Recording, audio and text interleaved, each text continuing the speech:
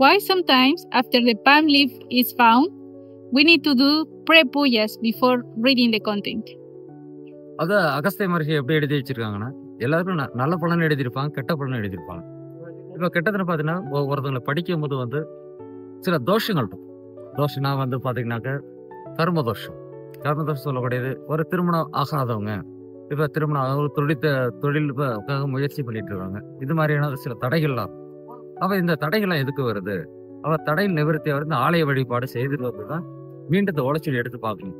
அந்த கோயில் சொல்றாங்க பார்த்தீங்களா, அந்த கோயிலுக்கு எதுக்கு போக சொல்றாங்கன்னு கேட்டீங்கன்னாக்க, போயிட்டு வழிபட்டுட்டு வந்து பார்க்கும்போது அந்த அகஸ்தியரோட அனுகிரகம் என்பது கிடைக்குது அவங்களுக்கு. அது வந்து கிடைக்கும் போதுதான் அவங்களுக்கு வந்து முழுமையான அந்த பலன் என்பது கிடைக்கும். அதுக்கப்புறம் பார்க்கும்போது அகஸ்தியர் சொல்ல அந்த பலன்கள் என்பது சிறப்பாக என்பது எல்லாமே நடந்து வந்துட்டு இருக்கு அவங்களுக்கு. புரியுதுங்களா?